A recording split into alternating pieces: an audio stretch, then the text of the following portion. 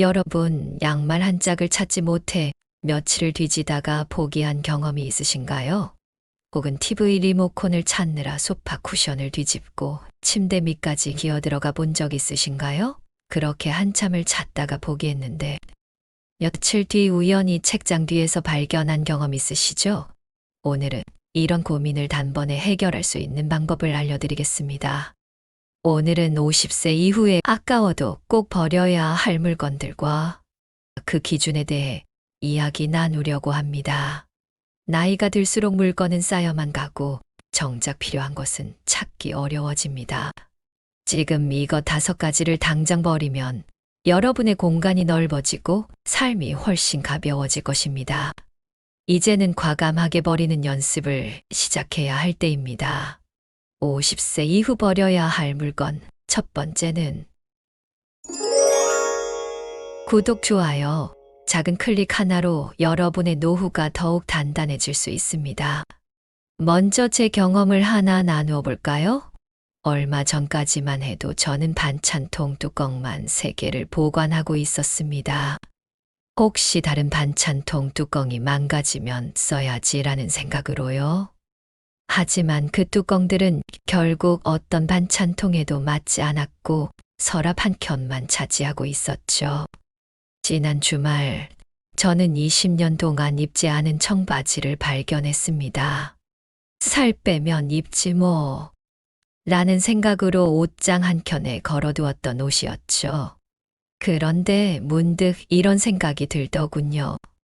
내가 정말 이 옷을 다시 입을까? 이제 본격적으로 버려야 할 물건들에 대해 이야기해 보겠습니다. 50세 이후 버려야 할 물건. 첫 번째는 오래된 옷과 신발, 액세서리입니다. 특히 선물 받은 옷이나 추억이 담긴 물건들은 더욱 버리기 어렵죠. 제 경우에는 결혼식 때 착용했던 구두를 15년이나 보관했습니다. 언젠가 신을 일이 있겠지라는 생각으로요.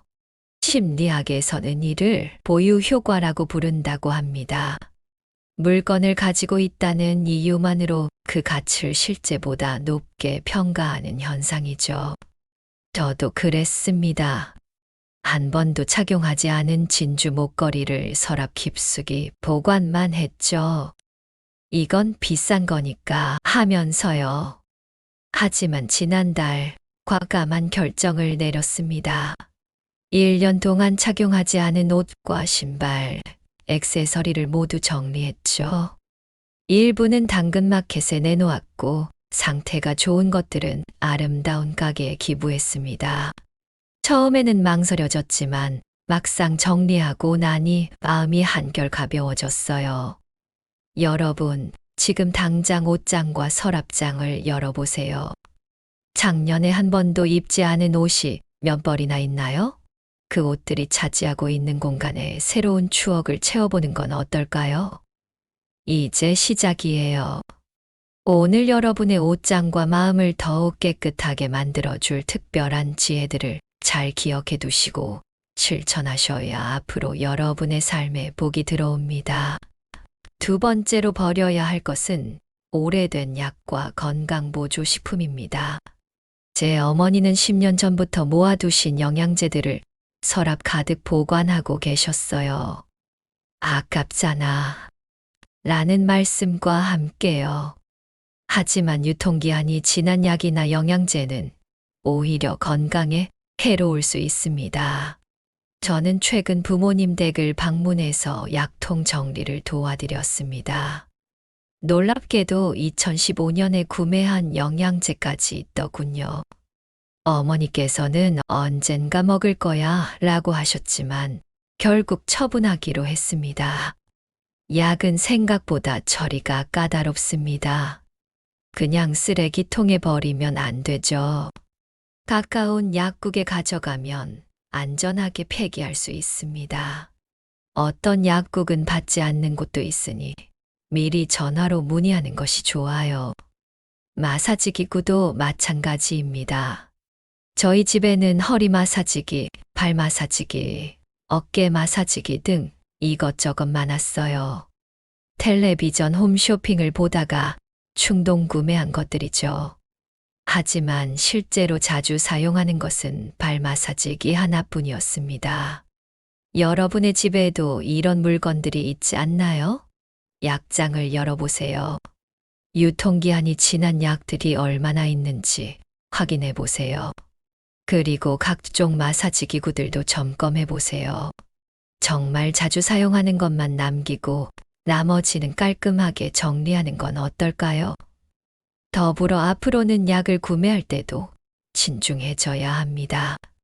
증상이 있을 때마다 약을 사서 모아두는 것은 좋지 않아요.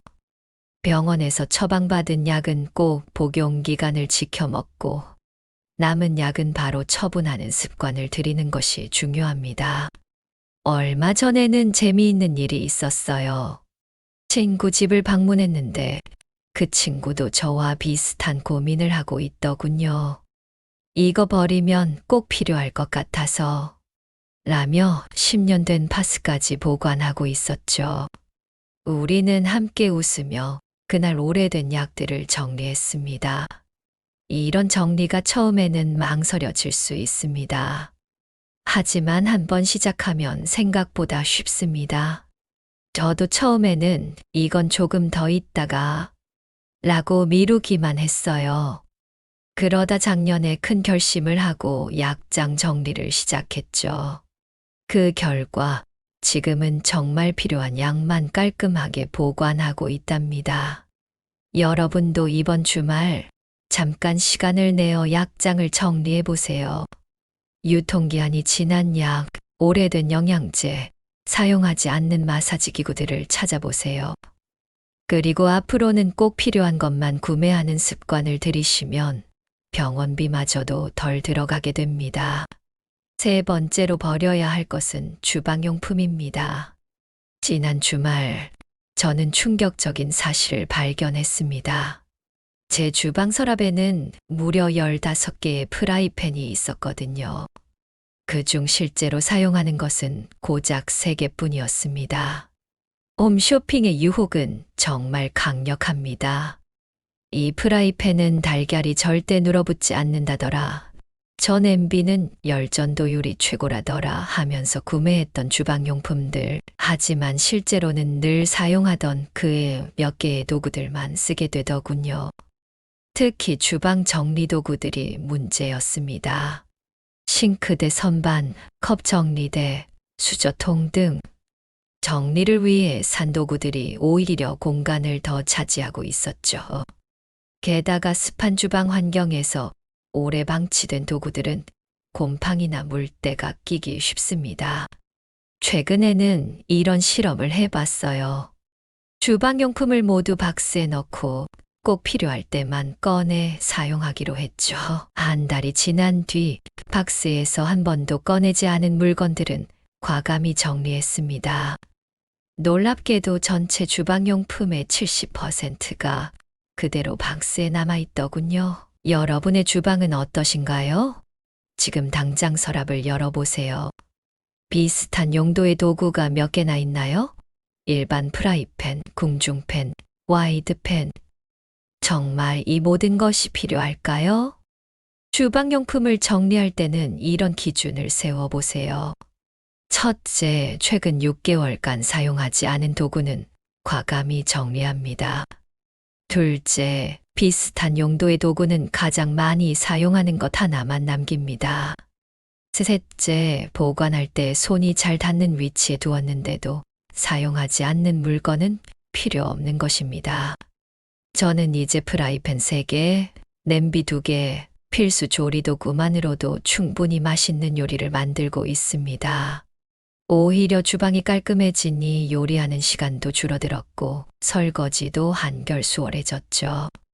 정리의 노하우를 하나 더 알려드릴까요? 새로운 주방용품을 구매할 때는 반드시 한 주일 기다리기 규칙을 적용해 보세요.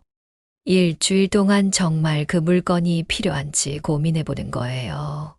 대부분의 경우 일주일만 지나면 그 물건이 꼭 필요하지 않다는 걸 깨닫게 됩니다. 이제 여러분 차례입니다. 오늘 저녁 주방 한켠에 작은 박스를 준비해 보세요. 그리고 정말 필요한 물건만 남기고 나머지는 박스에 담아두세요. 한 달 뒤 그 박스를 열어볼 때 여러분은 분명 새로운 깨달음을 얻게 될 거예요. 네 번째로 버려야 할 것은 오래된 책입니다. 제 서재에는 20년 전 공부하던 참고서부터 읽다만 소설책까지 수백 권의 책이 먼지를 쌓아가고 있었습니다. 언젠가 다시 읽겠지 라는 생각으로 보관했지만 실제로 다시 펼쳐본 책은 단 한 권도 없었죠. 특히 충격적이었던 것은 제 아이들의 초등학교 교과서였습니다. 나중에 동생이 볼지도 모르니까 라며 10년 넘게 보관했는데 교육 과정이 바뀌어 이제는 전혀 쓸모없는 책이 되어버렸더군요. 책을 정리하면서 깨달은 것이 있습니다. 우리는 책을 지식이라고 생각하지만 실은 물건이라는 사실이에요. 물론 책 속의 지식은 영원히 우리의 것이 되지만 책이라는 물건 자체는 언젠가는 처분해야 할 대상입니다. 제가 실천한 방법을 공유해 드릴게요. 우선 책을 세 그룹으로 나눴습니다. 평생 소장할 책, 읽고 처분할 책, 당장 처분할 책으로요. 평생 소장할 책은 정말 소중하고 여러 번 읽은 책들입니다. 제 경우는 전체 장서의 10%도 되지 않더군요. 그리고 특별한 실험을 해봤습니다. 처분하기로 한 책들을 일단 박스에 담아 지하 창고에 넣어뒀어요. 6개월 동안 그 책이 필요하다는 생각이 들면 꺼내보기로 했죠. 결과는 어땠을까요? 단 한 번도 그 박스를 열어볼 일이 없었습니다. 책을 처분하는 방법도 다양합니다. 도서관에 기증할 수도 있고 중고 서점에 팔 수도 있죠. 저는 동네 작은 도서관에 기증했는데 제가 읽고 잠들어 있던 책들이 다른 누군가에게 새로운 지식이 될 수 있다는 생각에 마음이 따뜻해졌답니다. 여러분도 한번 도전해 보세요. 지금 당장 책장 앞에 서서 각각의 책을 손에 들어보세요. 이 책이 정말 내게 필요한지, 앞으로 다시 읽을 가능성이 있는지 진지하게 고민해 보세요. 그리고 과감하게 결정하세요. 책을 정리하고 나면 놀라운 변화가 찾아옵니다. 우선 공간이 넓어지죠. 거대한 책장을 처분할 수도 있고 남은 공간을 다른 용도로 활용할 수도 있습니다. 더 중요한 것은 마음의 짐이 덜어진다는 점이에요. 더 이상 언젠가는 저 책들을 다 읽어야 하는데 라는 부담감에서 벗어날 수 있습니다. 실제로 저는 책을 정리하고 나서 오히려 더 많은 책을 읽게 되었어요.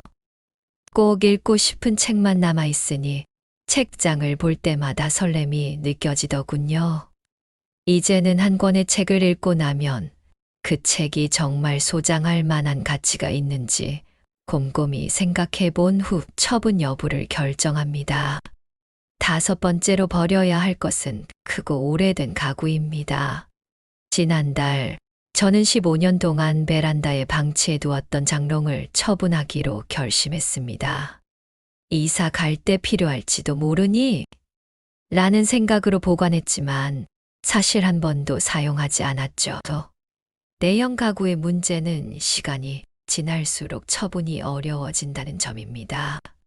나이가 들면서 힘도 약해지고 혼자서는 옮기는 것조차 불가능해지죠. 게다가 오래된 가구에는 보이지 않는 곰팡이가 서식하고 있을 가능성이 높습니다. 얼마 전에는 재미있는 경험을 했습니다.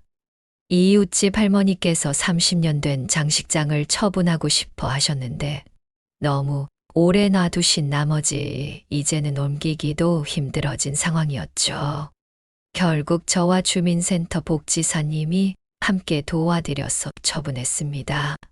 가구를 처분하는 방법은 생각보다 간단합니다.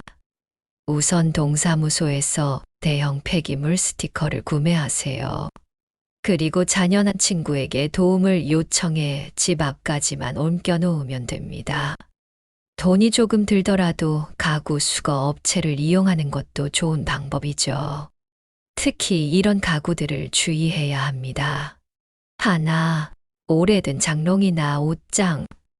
둘, 사용하지 않는 책장. 셋, 낡은 소파나 침대. 넷, 망가진 식탁과 의자. 다섯, 오래된 TV장이나 진열장. 제 경우에는 장롱을 처분하고 나서 놀라운 변화를 경험했습니다. 우선 공간이 넓어져 방이 훨씬 쾌적해졌고 곰팡이 냄새도 사라졌죠. 더 중요한 것은 마음의 짐이 덜어졌다는 점입니다. 더 이상 저 무거운 가구를 언젠가는 치워야 하는데 라는 부담감에서 벗어날 수 있었거든요. 여러분의 집에도 이런 가구가 있지 않나요? 지금 당장 처분하기 힘들다면 최소한 처분 계획이라도 세워보세요. 앞으로 점점 더 처분이 어려워질 테니까요. 가구 하나를 처분할 때마다 여러분의 공간과 마음은 더욱 가벼워질 것입니다. 이제 마지막으로 물건을 버리는 확실한 기준에 대해 말씀드리겠습니다. 1년 룰이 첫 번째입니다. 1년 동안 사용하지 않은 물건은 앞으로도 사용하지 않을 확률이 90% 이상이죠. 작년에 버렸더니 꼭 필요한 순간이 왔어요 라는 말씀을 들어본 적이 있으실 겁니다. 하지만 실제로는 매우 드문 경우입니다. 우리는 한두 번의 후회 경험을 필요 이상으로 크게 기억하는 경향이 있어요. 두 번째는 대체 가능성 기준입니다. 제 경험을 들려드릴게요. 지난달까지 제 부엌에는 같은 용도의 프라이팬이 15개나 있었습니다. 결국 가장 자주 사용하는 2개만 남기고 모두 정리했죠. 오히려 설거지도 쉬워지고 수납 공간도 넓어졌습니다. 세 번째는 즉시성 원칙입니다. 이건 나중에 쓸 거야 라는 생각으로 보관하는 물건들이 있죠. 하지만 그 나중이라는 시점은 대부분 오지 않습니다. 지금 당장 필요하지 않다면 과감히 처분하세요. 제가 실천하는 특별한 방법을 소개합니다. 박스 챌린지입니다. 처분을 고민하는 물건들을 박스에 넣고 날짜를 적어둡니다. 3개월 동안 그 박스를 열어볼 일이 없다면 내용물을 확인하지 않고 바로 처분하는 거죠. 처음에는 불안했습니다. 이걸 버리면 꼭 필요해질 거야 라는 생각이 들었거든요. 하지만 실제로 한 번도 후회한 적이 없었어요. 오히려 왜 진작 버리지 않았을까 하는 생각이 들더군요. 물건 처분에는 3가지 방법이 있습니다. 1점 중고거래로 판매하기, 2점 필요한 분들께 기부하기, 3점 분리수거하기. 특히 중고거래는 심리적으로도 도움이 됩니다. 버리기는 아깝고 라는 생각이 들 때 적정 가격에 판매하면 마음이 한결 편해지죠. 이제 작은 도전을 시작해 보세요. 오늘 저녁 작은 박스 하나를 준비하세요. 처분하고 싶은 물건을 하나씩 담아 보세요. 하루에 1개씩 한 달 동안 계속한다면 놀라운 변화를 경험하실 수 있을 겁니다. 공간이 넓어지면 삶도 가벼워집니다. 큰 가구를 치우고 나면 집이 훨씬 넓어 보이고 생활 동선도 편해질 것입니다.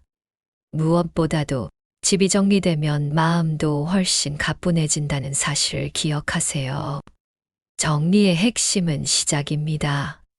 완벽한 기준이나 방법을 찾으려 하지 마세요. 지금 이 순간 가장 버리기 쉬운 것부터 시작하면 됩니다.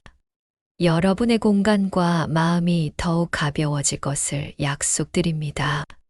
부디 제 이야기를 교훈 삼아 여러분의 소중한 노후를 지키시길 바랍니다. 앞으로도 여러분의 행복한 노후를 위한 소중한 이야기들을 전해드리고 싶습니다. 구독과 좋아요로 응원해 주시면 더 좋은 콘텐츠로 찾아뵙겠습니다.